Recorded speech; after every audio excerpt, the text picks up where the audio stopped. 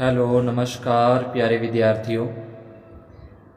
प्रारंभिक शिक्षा पूर्णता प्रमाण पत्र परीक्षा 2021-22 विषय गणित कक्षा 8 का अपने जो पेपर होने वाला है, कल जो पेपर होने वाला है उसको अपने पूरा सॉल्यूशन उसका देखते हैं। पूरा का पूरा पेपर को हल किया गया तो शुरू से अंत तक ज़रूर देखें। पहला अपना प्रश्न है, परिमेय संख्या के योग के लिए तत्समक है। तो परिमेय संख्या के योग के लिए तत्समक है, तो अगर प्रश्न में अपने पास यहाँ योग लिखा आता है तो योग के लिए जो अपने लेंगे तो योग के लिए लिया जाएगा 0 लिया जाएगा।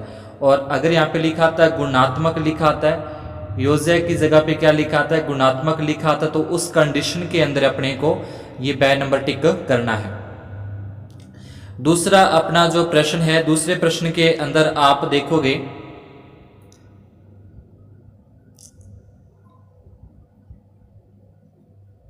दूसरे प्रश्न में दो संख्याओं का योग अपने को पूछा है। दो संख्याओं का योग 95 है, तो एक संख्या उसमें से अपने को दे रखी है 87, तो दूसरी संख्या क्या होगी। दो संख्याओं का योग 95 है, एक संख्या अपने को 87 दे रखी है, तो दूसरी संख्या ज्ञात करने के लिए 95 में से अपने 87 को माइनस कर देंगे, तो 15 में से 7 गए तो अपना ये आ जाएगा 8 आ जाएगा, यानी कि सी नंबर ऑप्शन अपना सही होगा। इसके बाद अगला है, परिमेय संख्या किसके लिए सहचार्य गुणधर्म का पालन नहीं करती। तो यहाँ पे भाग के लिए पालन नहीं करती है, यानी कि डी नंबर ऑप्शन अपना आ जाएगा। सहचार्य गुणधर्म का पालन नहीं करती भाग के लिए। और एक इसमें आता है व्यवकलन के लिए, यानी कि व्यवकलन का मतलब घटाव के लिए भी सहचार्य गुणधर्म है उसका पालन नहीं करती परिमेय संख्या। तो अपने यहाँ पे ऑप्शन दे रखा है डी नंबर भाग के लिए यहाँ पे सही होगा। अगला प्रश्न है, किसी बहुभुज के किन्हीं दो शीर्षों आसन शीर्षों को छोड़कर जोड़ने से प्राप्त रेखाखंड कहलाता है। कोई भी अपना एक मान लो कि इस तरीके का कोई बहुभुज है, तो इसके शीर्ष आसन मतलब ये वाले शीर्षों को छोड़कर बाकी को मिलाएंगे। बाकी को मिलाने का मतलब अगर इसको इस तरीके से मिलाएंगे तो कौन सा रेखाखंड प्राप्त होता है, तो इसमें अपने आ जाएगा विकर्ण प्राप्त होता है। अगला प्रश्न है, एक पासे को फेंका जाता है तब एक अभाज्य संख्या से प्राप्त होने वाला परिणाम अपने को बताना है कि अभाज्य संख्या प्राप्त होने के परिणाम कितने हैं। तो पासे पर क्या होता है, पासे पर 1 से लेकर 6 तक अंक होते हैं, लेकिन अपने को बताना है सिर्फ अभाज्य संख्या बतानी है। तो अभाज्य संख्या हो जाएंगी 2 होती है अभाज्य, 3 भी अभाज्य और 5 भी अभाज्य होता है। तो ये कितने परिणाम हो गए, तो ये अपने पास 3 परिणाम हो गए, तो अपना सी नंबर उत्तर सही होगा। अगर यहाँ पे पूछता कि प्रायिकता बतानी है कि प्रायिकता कितनी होगी, तो प्रायिकता अपनी हो जाती 3 और बटे में 6, 3/6 इसको काट तो ये क्या आता 1/2 अपना उत्तर आ जाता। इसके बाद 6 नंबर प्रश्न है, संख्या 1 से 9 के मध्य कितनी अभाज्य संख्या स्थित है 1 से 9 के मध्य। तो एक तो अभाज्य संख्या 2 आ जाएगी, उसके बाद 3 अभाज्य है, फिर 5 भी अभाज्य है, 7 भी अभाज्य है। तो ये जो संख्या ये क्या हो जाएंगी अभाज्य संख्या हो जाएंगी। टोटल 4 संख्या है। तो अभाज्य कौन सी होती है, जिसमें एक का भाग पूरा पूरा जाता है, और दूसरी बात ये ध्यान रखनी जिसमें जो संख्या है उसी का भाग जाता है और संख्या का उसमें भाग पूरा पूरा नहीं जाता, या उसके और अधिक अपने गुणनखंड नहीं कर सकते, उसके और अधिक अपने लैस है जिसको बोलते हैं अभाज्य गुणनखंड अपने नहीं कर सकते, वो क्या होती हैं अभाज्य होती हैं। अगला 7वां प्रश्न है, निम्नलिखित में से कौन सी संख्या पूर्ण गण है। तो पूर्ण गण कौन सी हो जाएगी, जैसे 10 का अपने करते हैं 10 का 10 3 बार करेंगे, गण का मतलब 3 बार गुणा करने पर कौन सी संख्या आती है, तो ये अपना आ जाएगा सी नंबर ऑप्शन 1000 आ जाएगा। उसके बाद 8वां है, 840 अंकित मूल्य वाली एक वस्तु 714 में बेची जाती है, तो बट्टा कितना मिला। बट्टा का मतलब क्या होता है, बट्टे का मतलब तो छूट मिलना होता है, बट्टे का मतलब छूट मिलना होता है। तो 840 में से 714 को अपने माइनस कर दें, तो 10 में से इधर से हासिल लेके यहाँ से 840 में से अपने 714 क्या करना है माइनस करना है। तो माइनस करने पर अपना क्या आ जाएगा उत्तर आ जाएगा ए नंबर। इसके बाद अगला प्रश्न, बीजीय व्यंजक तो a² - b², तो इसके लिए सरसमी का अपने को बतानी है a² - b², यानी कि एक बार प्लस में और एक बार क्या होता है माइनस में होता है, जो कि सी नंबर ऑप्शन अपना सही होगा।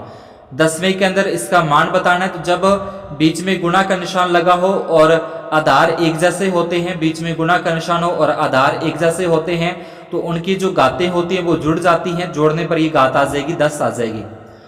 11वें के अंदर अपने को 2y और 22xy का सार्वगुणनखंड अपने को बताना है। तो सार्वगुणनखंड का मतलब जो दोनों के अंदर ही आता है, तो दोनों में एक तो 2 का भाग जा रहा है और एक दोनों के अंदर y भी आता है, तो अपना इसमें सी नंबर ऑप्शन सही हो जाएगा। इसके बाद संख्या 49 का मान अपने को बताना, यानी कि 49 का वर्ग अपने को बताना है, 4.9 का वर्ग। तो इसका जो वर्ग होगा इसका हो जाएगा 2401 हो जाएगा। तो पहले आप क्या करो, पहले आप सीधे 49 को 49 से गुणा करके देख लो। तो ये अपना गुणा करने पर 2401 आएगा। एक संख्या छोड़ के यानी कि 2 संख्या छोड़ के पॉइंट लगेगा, तो 24.01 अपना सही उत्तर होगा। इसके बाद अगला है, कोई बिंदु जिसका x निर्देशांक 0 है और y निर्देशांक 0 है, तो किस बिंदु पर होगा। तो जिसका x निर्देशांक 0 है, यानी कि x का मान इसमें क्या है 0 है, तो ये कौन से पे आ जाएगा, ये y अक्ष पर आ जाएगा। उसके बाद अगला बिंदु है, बिंदु 4, 5 में x निर्देशांक होगा। तो यहाँ पे x निर्देशांक पूछ रहे तो पहला मान अपने को बताना है, यानी कि 4 होगा। और अगर यहाँ पे पूछता कि y निर्देशांक क्या है, तो y निर्देशांक अपने को y वाला जो पीछे वाला मान है वो बताना है। यानी कि इस तरीके से लिखा है ये 4, 5, तो ये जो 4 है ये तो क्या होता है, ये तो x अक्ष होता है, और ये जो लास्ट वाला ये क्या होता है, ये y अक्ष होता है। यानी कि x अक्ष का मान तो 4 है और y अक्ष का मान 5 है। कोई संख्या 5 से विभाज्य है तो इसके इकाई का अंक क्या होगा। अब ऐसी संख्या जिसमें 5 का भाग जाता है उसके लास्ट में 0 और 5 होगा, तभी इसमें 5 का भाग जाएगा, यानी कि अपना बी नंबर ऑप्शन सही होगा। अगला प्रश्न है, संख्या 5 की व्युत्क्रम संख्या है, तो 5 की व्युत्क्रम क्या हो जाएगी, 5 का व्युत्क्रम हो जाएगा 1/5 हो जाएगा। दूसरा है, आयताकार यानी कि आयत का परिमाप 18 सेंटीमीटर है, उसकी चौड़ाई 4 सेंटीमीटर, तो लंबाई ज्ञात कीजिए। तो आयत के परिमाप का सूत्र होता है 2 गुणा लंबाई प्लस चौड़ाई। ये इसका सूत्र होता है लंबाई प्लस चौड़ाई, और ये अपने को दे रखा है बराबर में 18। अब ये 2 जो गुणा में है, ये गुणा वाली संख्या इसकी चली जाएगी भाग में। लंबाई तो अपने को नहीं दे रखी, तो लंबाई की जगह अपने लंबाई रखेंगे। चौड़ाई अपने को दे रखी है 4 और बराबर में 18 के बटे में आ जाएगा 2। तो 18 में 2 का भाग देंगे कितना आएगा, 9 आएगा, और इधर आ जाएगा लंबाई, और ये प्लस के जो 4 हैं इधर ले जाएंगे तो ये माइनस के 4 हो जाएंगे। 9 में से 4 घटाएंगे तो अपनी लंबाई कितनी आ जाएगी, 5 आ जाएगी। इसके बाद तीसरा है, एक थैले में 4 लाल 5 काली गेंदें रखी हैं, थैले से ज्यादा से हरी गेंद निकालने की घटना बतानी है। तो इसके अंदर थैले में क्या है, लाल और काली 2 ही प्रकार की गेंदें हैं, हरी गेंद इस थैले में नहीं है, तो हरी गेंद की जो घटना होगी वो क्या होगी, 0 होगी। अगर आपने से पूछता है काली गेंद की बतानी, तो काली गेंद कितनी है 5, और कुल गेंदें कितनी हो जाती 9, तो 5/9 आता। फिर यहाँ पे अपने को हरी गेंद पूछी है, तो हरी गेंद अपने पास प्रश्न में कहीं नहीं दे रखा हरी गेंद के बारे में, तो हरी के लिए क्या आ जाएगा, 0 आ जाएगा। उसके बाद तीसरा है, 3 लगातार पूर्णांकों का योग 51 है, पूर्णांक ज्ञात कीजिए। तो इसको अपने 3 लगातार पूर्णांक तो पहले लिखेंगे, माना कि 3 लगातार पूर्णांक है x प्लस 1 और x प्लस 2। उसके बाद लिख देंगे इसका योगफल लिखना है, योगफल और बराबर में 51, योगफल बराबर 51। इसके बाद लिखा जाएगा x प्लस 1, उसके बाद x प्लस 2 और बराबर में 51। अब ये x जोड़े कितने हो जाएंगे, 3x हो जाएंगे, तो इसको लिखेंगे अपने 3x, और बिना x वाली संख्या जोड़ें 1 और ये 2 को जोड़े तो ये हो जाएगा 3 और बराबर में 51। अब प्लस के 3 इधर लेके जाएंगे तो ये माइनस के 3 हो जाएंगे, यानी कि 3x में से 3 घटा देंगे कितना आ जाएगा, 48 आ जाएगा, यानी कि 3x बराबर में 48।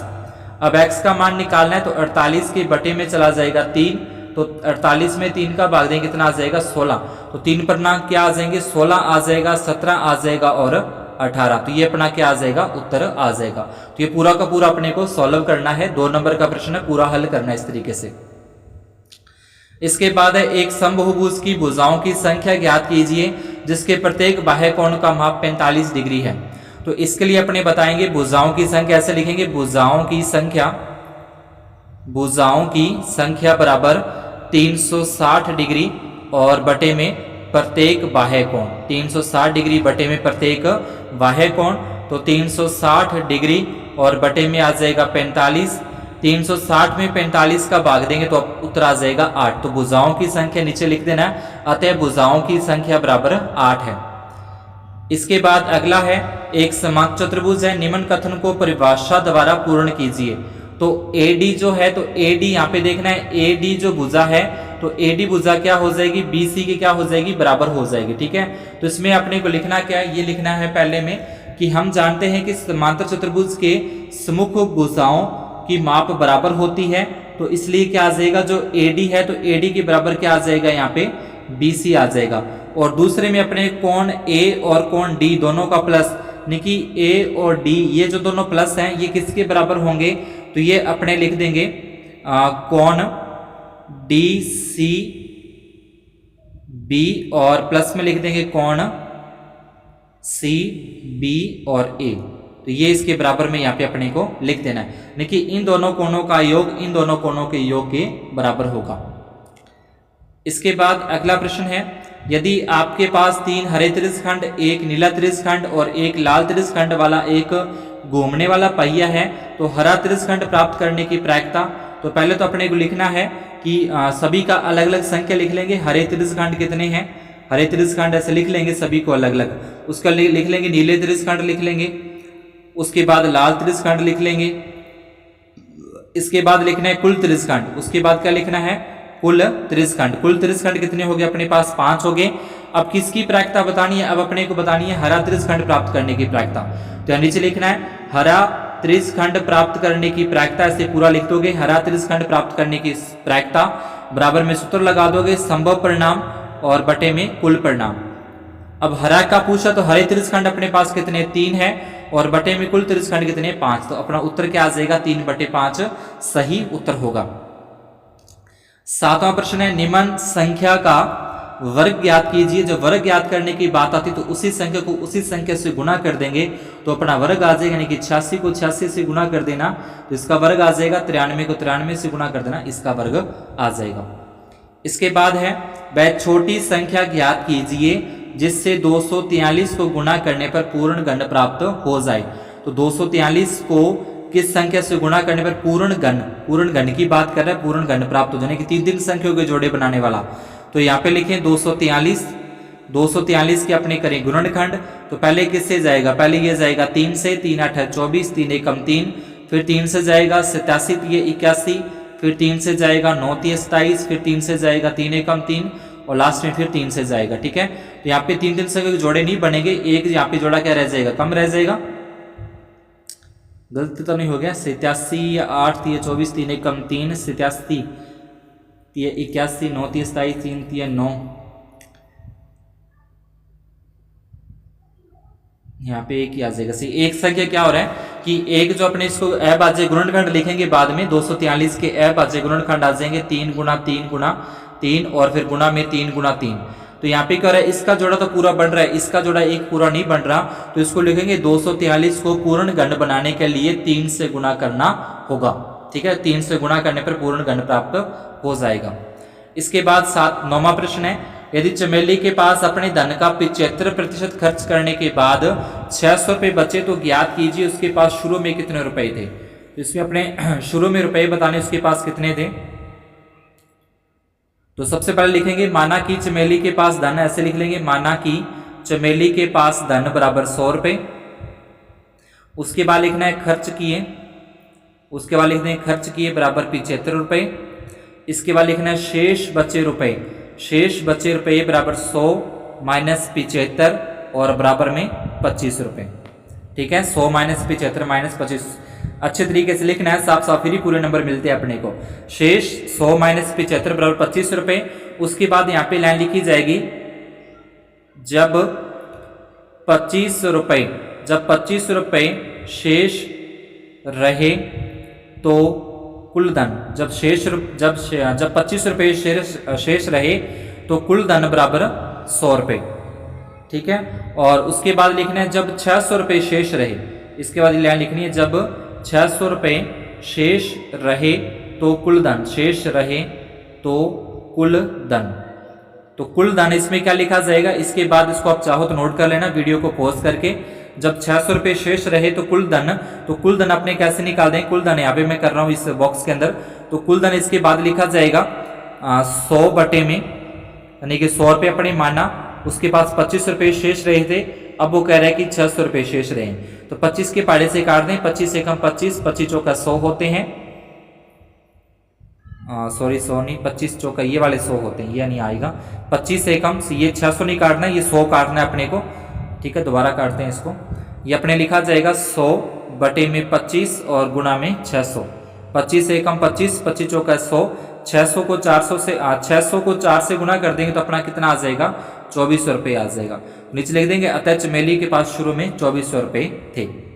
इसके बाद गुणनखंड कीजिए, तो इसके अपने को गुणनखंड, तो इसमें ये थोड़ा सा मिसप्रिंट है, गुणनखंड नहीं होगा यहाँ पे होगा गुणनफल कीजिए, ठीक है। इनका क्या करना है, अपने को गुणा करना पड़ेगा, गुणनखंड तो यहाँ से नहीं हो सकता, इनका क्या करना है, अपने गुणा करना है। गुणा का मतलब पहले 5 का गुणा करना है इन दोनों के साथ, तो 5 को 3 से गुणा करेंगे, 5 दिए 15, फिर 5 को आगे x के साथ गुणा करेंगे, 5x आ जाएगा, फिर -2 का 3 के साथ गुणा करेंगे, -6x हो जाएंगे, -6x, और फिर -2x का x के साथ गुणा करेंगे तो -2x² हो जाएगा।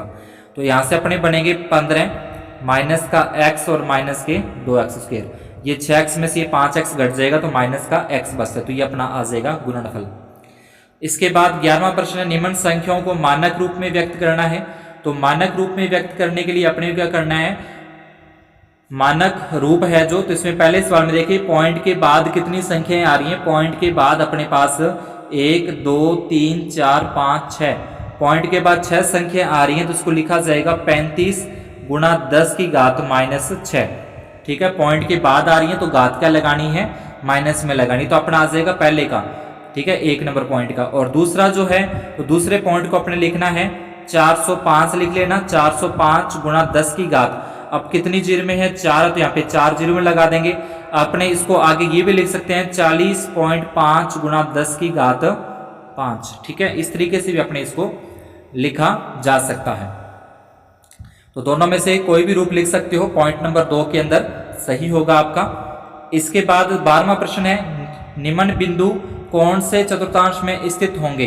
तो चतुर्थांश इस तरीके से अपना होता है, जैसे मैंने आपको बताया था, अगर दोनों ही प्लस प्लस के हैं, यानी कि जैसे 1 नंबर पॉइंट है 2 और 1 है, तो ये तो हो जाएंगे पहले चतुर्थांश में, और दूसरे में दोनों ही माइनस माइनस में है, तो दोनों जो माइनस माइनस है वो इस वाले में आते हैं, दोनों जिसमें माइनस माइनस के हों, तो माइनस का 1 और माइनस का 3, तो ये कौन से चतुर्थांश में होंगे। इसका तो लिख देंगे अपने प्रथम चतुर्थांश लिख देंगे, और इसका अपने लिख देंगे तृतीय चतुर्थांश, प्रथम चतुर्थांश में, और ये वाला कहाँ हो जाएगा, तृतीय चतुर्थांश में।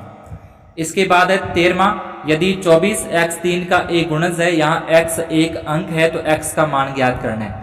तो x का मान अपने को बताना, जैसे अपने को बताया था कि अंकों का योग, तो अंकों का योग करना है पहले अपने 2 + 4 + x, ये हो जाएगा 6 + x, इसमें आगे कॉमा लगा के लिख देंगे 3 का एक गुणज है, 3 का एक गुणज है। तो उसके बाद लिखना है 6 + x, 6 + x बराबर क्या हो सकता है, 3 के पहाड़े वाला हो सकता है, 0 हो सकता है, 3 हो सकता है, 6 हो सकता है, 9 हो सकता है, 12 15, इस तरीके से 3 के पहाड़े वाले लेनी है अपने को बराबर में, ठीक है। अब यहाँ से अपने पहले यहाँ पे ले अपने 3 लें, अगर 6 + x बराबर में 3 रखें, तो ये प्लस का 6 इधर लेके जाएंगे, माइनस का 6 हो जाएगा, यानी कि x का मान क्या आ जाएगा, -3। या फिर यहाँ से ये देख लें कि x की जगह पे कौन सी संख्या रखें जिसको 6 में जोड़ने पर 3 के पहाड़े वाली बन जाए। x की जगह पे ऐसी कौन कौन सी संख्या रखी जाए जिसको 6 में जोड़ने पर क्या हो जाए, 3 के पहाड़े वाली बन जाए। तो इसमें अपने क्या रख सकते हैं, 0 रख सकते हैं, उसके बाद 3 भी रख सकते हैं, उसके बाद 6 भी रख सकते हैं, उसके बाद 9 भी रख सकते हैं, ठीक है। तो x का मान इसमें अपने को बताना, तो x का मान क्या क्या हो सकता है, 0 हो सकता है, 3 हो सकता है, 6 हो सकता है, तो इस तरीके से इसके क्या आ जाएंगे, मान आ जाएंगे। 14वां प्रश्न है, 6/13 को 7 के व्युत्क्रम से गुणा करना है। तो व्युत्क्रम से गुणा करने के लिए लिखेंगे अपने यहाँ पे 6/13 और गुणा में आ जाएगा -16 और बटे में 7, इसको गुणा करेंगे 16 × 6 = 96 और 13 × 7 = 91, तो ये आ जाएगा -96/91, ये इसका आंसर होगा। इसके बाद 15वां प्रश्न है जो एक निर्माता कंपनी के बारे में अपने को दे रखा है। तो पहला बोला वर्ष 2002 में कितनी बिक्री थी, 2002 में अपने को बिक्री बतानी है कितनी थी, तो यहाँ पे देख लो 2002 में यहाँ से इसको सिद्ध में जाओगे, किसकी सिद्ध में आ रहा है 4 आ रहा है, तो यहाँ पे कितनी हो जाएगी इसकी बिक्री 4 हो जाएगी, ठीक है। और उसके बाद अपने को दूसरा है 2002 तथा 2006 में बिक्रियों का अंतर बताना है। 2002 और 2006 है उसमें अपने को बताना है कि कितनी बिक्री का अंतर है। इसके बाद 16वां है किसी वर्ग की भुजा की लंबाई ज्ञात कीजिए जिसका क्षेत्रफल अपने को दे रखा है 441 दे रखा है। तो 16वां प्रश्न करने के लिए अपने क्या लिखेंगे, सबसे पहले कि वर्ग का क्षेत्रफल अपने को दे रखा है वो लिख देंगे।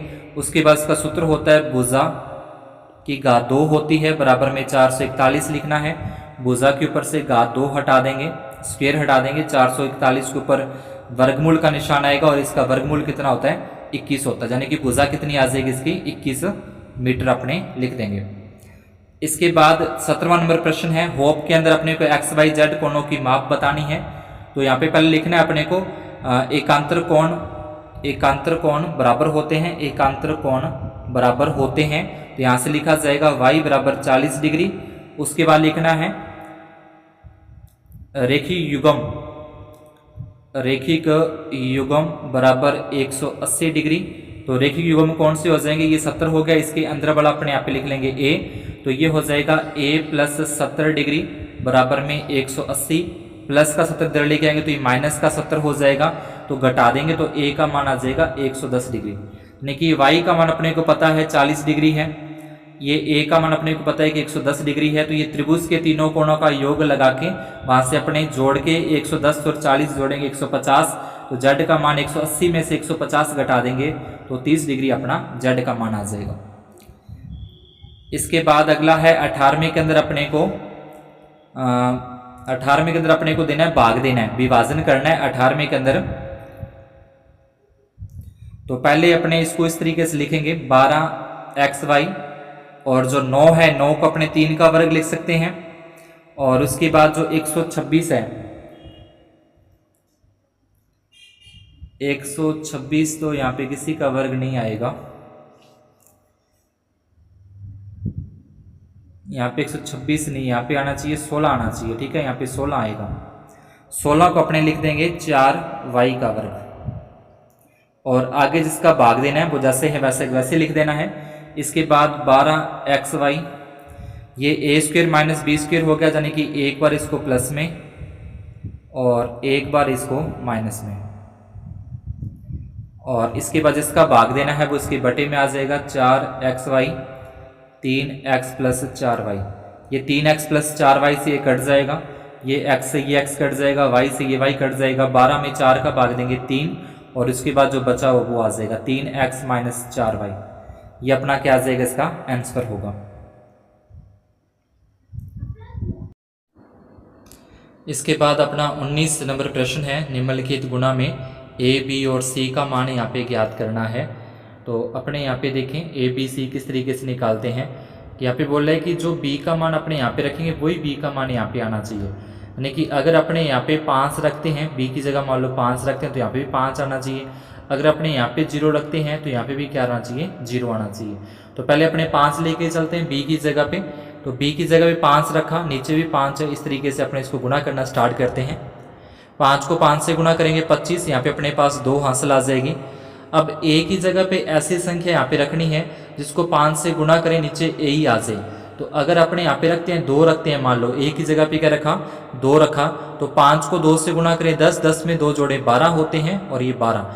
तो अब देख लो यहाँ पे जो संख्या यहाँ पे रखी थी वही संख्या अपने यहाँ पे आई, जो संख्या यहाँ रखी थी वही यहाँ पे आ गई। तो यहाँ से a बराबर कितना आ जाएगा, 2 आ जाएगा, b बराबर कितना होगा 5 होगा, और c बराबर कितना होगा 1 होगा। इसके बाद अगला प्रश्न है बंसी के पास कुछ 2 रुपये वाले तथा कुछ 5 रुपये वाले सिक्के हैं, ठीक है, 2 रुपये वाले सिक्के हैं और 5 रुपये वाले सिक्के हैं। कुछ बताया नहीं कितनी संख्या है, और बोला यदि 2 रुपये वाले सिक्कों की संख्या 5 रुपये वाले सिक्कों की संख्या की 3 गुणी है, वो 3 गुणी है और उनके मूल्यों का योग 77 रुपये है, दोनों प्रकार के सिक्कों की संख्या ज्ञात कीजिए। तो यहाँ पहले अपने लिखना है, यहाँ पे लिखा है 2 रुपये वाले सिक्कों की संख्या 5 रुपये वाले सिक्कों की संख्या की 3 गुणी है। तो पहले लिखेंगे माना कि 5 रुपये वाले सिक्के, ऐसे लिख लेंगे माना कि 5 रुपये वाले सिक्के कितने हैं x, उसके बाद लिख लेंगे 2 रुपये वाले सिक्के। 2 रुपये वाले सिक्के कितने हो जाएंगे, 3 गुणी है। 5 रुपये वाले सिक्कों की 3 गुणी है। 3 गुणी का मतलब हो जाएगा 3x, ठीक है। और इसके बाद इससे अपने को रुपए बनाने हैं। अब 5 रुपये वाले x सिक्के हैं, इसके बाद लिखना है अपने को 5 रुपये वाले सिक्कों से बने रुपए। 5 रुपये वाले सिक्कों से बने रुपए बराबर 5x रुपये लिख देंगे। उसके बाद लिखना है 2 रुपये वाले सिक्कों से बने रुपए। 2 रुपये वाले सिक्कों से बने रुपए, तो 2 रुपये वाले कितने 3 हैं, तो 3 के कितने बन जाएंगे 6x रुपये। उसके बाद लिखना है कुल रुपए। कुल रुपए अपने को तरीके स्तंत्र, तो यहाँ से हो जाएगा 5x और ये प्लस में 6x बराबर में स्तंत्र हो जाएंगे। 5x और 6x को जोड़ दें कितने हो जाते हैं, 11 हो जाते हैं। देखिए 11x बराबर स्तंत्र। x का मान निकालना तो स्तंत्र और इसके बटे में आ जाएगा 11। स्तंत्र में 11 का भाग दें कितना आ जाएगा 7। देखिए x का मान 7 आ जाएगा। अब x अपने किसको माना है, x अपने माना है 5 रुपये वाले सिक्कों को। तो 5 रुपये वाले सिक्के तो हो जाएंगे 7, और जो 2 रुपये वाले सिक्के हैं उसके 3 गुणे हैं, तो 3 गुणे का मतलब कितना हो जाएगा 21 हो जाएंगे, ठीक है। तो इस तरीके से अपने को इनका उत्तर निकालना है। इसके अथवा में दे रखा है राहुल और हारून की वर्तमान आयु का अनुपात 5:7 है। 4 वर्ष बाद उनकी आयु का योग 56 वर्ष हो जाएगा, तो उनकी वर्तमान आयु ज्ञात करनी है। तो सबसे पहले लिखेंगे माना कि राहुल की वर्तमान आयु, तो राहुल की वर्तमान आयु अपन लिख देंगे 5x वर्ष। उसके बाद लिखेंगे हारून की वर्तमान आयु, तो हारून की वर्तमान आयु लिख देंगे अपने 7x वर्ष। इसके बाद ये लिखना है 4 वर्ष बाद उनकी आयु, 4 वर्ष बाद उनकी आयु। 4 वर्ष बाद राहुल की आयु लिख लेंगे। 4 वर्ष बाद राहुल की आयु कितनी हो जाएगी, 5x प्लस में 4 वर्ष लिख देना है। उसका लिखना है 4 वर्ष बाद हारून की आयु, तो हारून की आयु अपन लिखेंगे 7x और प्लस में 4। इसके बाद लिखना है योग लिख देंगे अपने को 56 वर्ष, यानी कि 5x प्लस 4 और प्लस में 7x प्लस 4 और बराबर में कितना 56। अब 5x और 7x कितने हो जाएंगे अपने 12x हो जाएंगे। यहाँ पे x नहीं सीधे 4 है। और इसके बाद 4 और 4 हो जाएंगे 8 बराबर में 56। ये प्लस के 8 इधर लेके आए तो ये हो जाएंगे माइनस के 8 हो जाएंगे, यानी कि 12x बराबर 56 माइनस में कितना आ जाएगा अपना 8 आ जाएगा। 12x 56 में से 8 घटा देंगे तो अपने आ जाएंगे 48। x का मान निकालना तो 48 के बटे में आ जाएगा 12। 12 का भाग देंगे तो 12 चौके 48 होते हैं, लेकिन x का मान कितना आ जाएगा 4 आ जाएगा।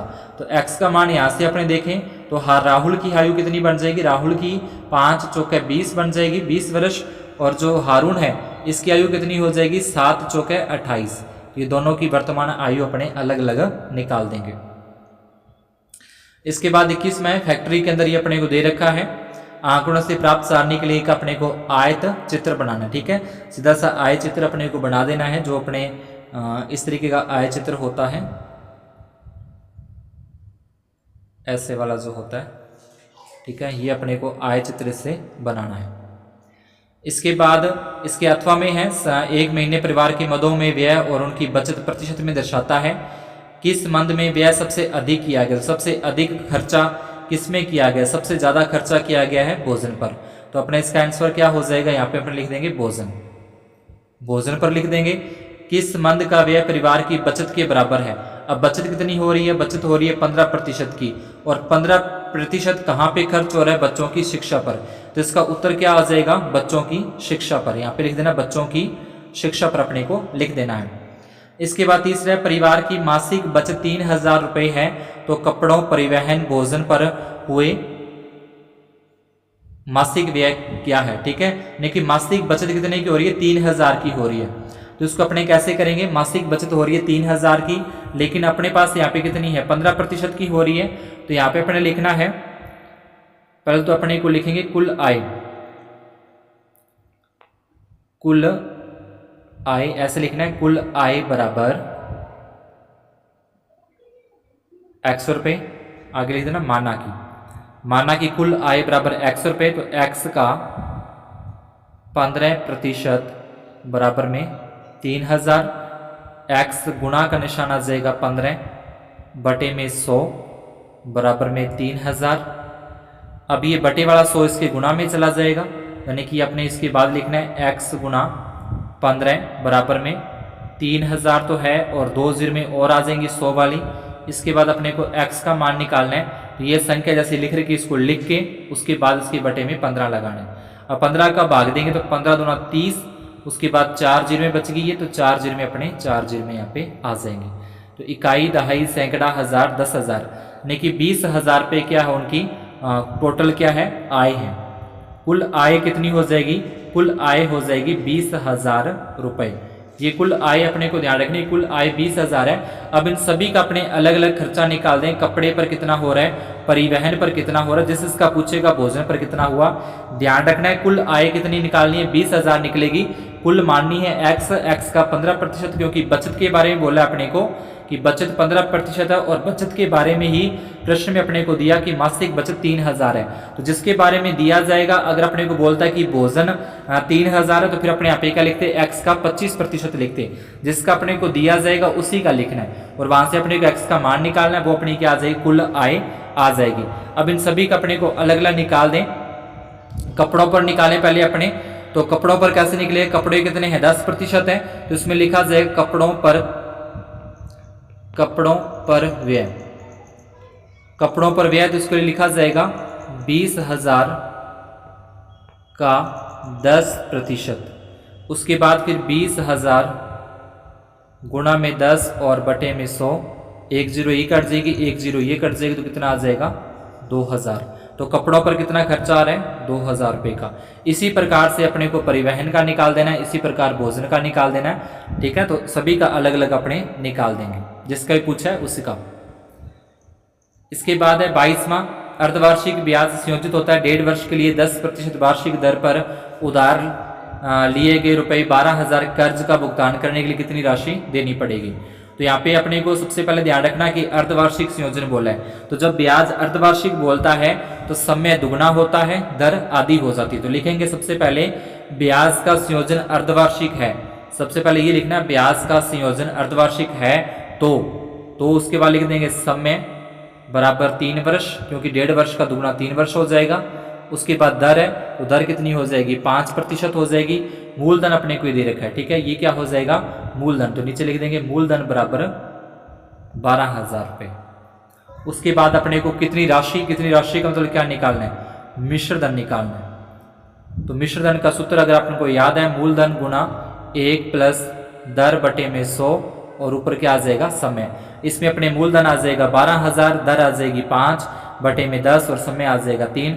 इसको आगे आपको सॉल्व कर देना, वहां से क्या आ जाएगी कुल राशि आ जाएगी। इसके बाद इसके अथवा के अंदर है, तो अथवा के अंदर अपने करना है सरल करना है। सरल करने का मतलब सिंपल सा पहले गुना कर लेते हैं इनका।